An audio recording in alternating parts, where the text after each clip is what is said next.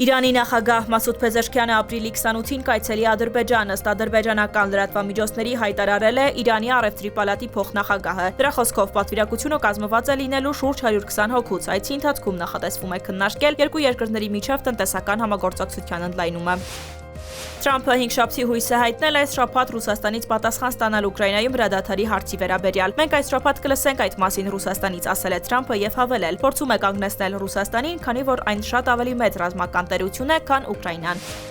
ԱՄՆ պետքարտուղար Մարկո Ռուբիոն էլ հայտարարել է, ԱՄՆ-ն կհրաժարվի ռուս-ուկրաինական խաղաղ համաձայնագրի կնքման ջանքերից, եթե մոտ օրերս այդ հարցով առաջընթաց չգրանցվի։ Մենք չենք պատրաստվում շաբաթներ եւ ամիսներ շարունակ ջանքեր գործադրել։ Պետք է շատ արագ որոշենք։ Ես խոսում եմ մի քանի օրվա մասին։ Առաջիկա մի քանի շաբաթվա ընթացքում դա հնարավոր է, թե ոչ։ Եթե այո, ապա մենք կանք, իսկ եթե ոչ, մենք ունենք այլ առաջնահերթություններ եւս, որոնց նույնպես պետք է կենտրոնանանք։